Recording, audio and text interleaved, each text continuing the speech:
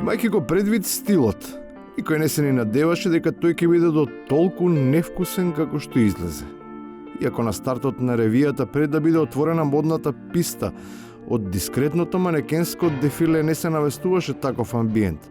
Сепак, следуваше тотално фиаско, кое јасно покажа на кое карантинско ниво е државната фешн индустрија.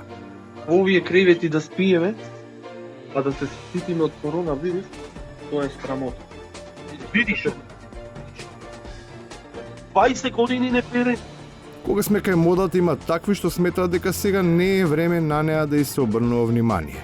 Може би од љубомора поради зачестеното појавување во смарт кежуал, јавно им забележуваат на оние што почнаа да градат свој кодекс на облекување и негувајќи софистициран бизнис стил, секојдневно се појавуваат со нови вратоврски и костуми.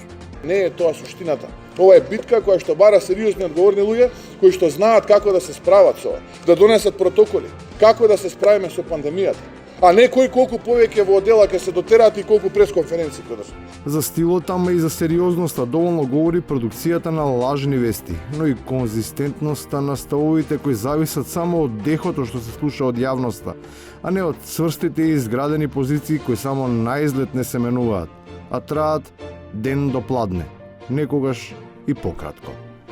Она кое што ВМРО ДПМН го побара е различно од тоа што го изнесоа лидери на политички партии, е дилемата дали да имаме кризна состојба на целата територија или да имаме прогласување на военна состојба.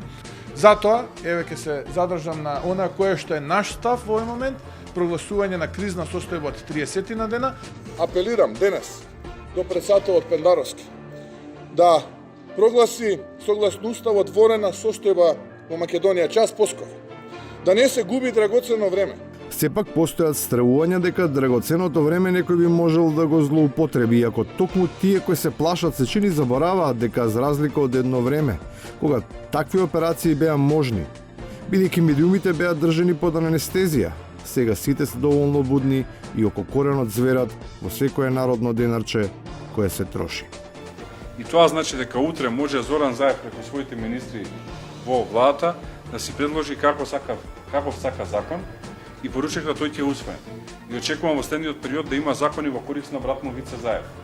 Може би навистина следи период во кој нема да може да се спроведе таа активност, но е драгоцено време за секоја партија да почне да размислува во блиска иднина да се зафати со внатрешно преуредување. Согласно тоа што сега почнува онаа сезона за реновирање дома, дали за луѓето да можат да планираат, сепак не е тоа процес што може да заврши за ден-два, дали воопшто да почнуваат со реновирање со оглед на тоа што меди влегуваат мајстори? Дека седат сега дома, има време за реновирање.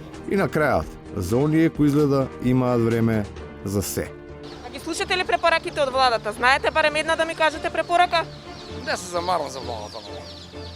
А се замарате за вашето здравје? Не се ни замарам ни за здравјето. Никој не мора да се замара со владата ни со собственото здравје, ама не и со нашето.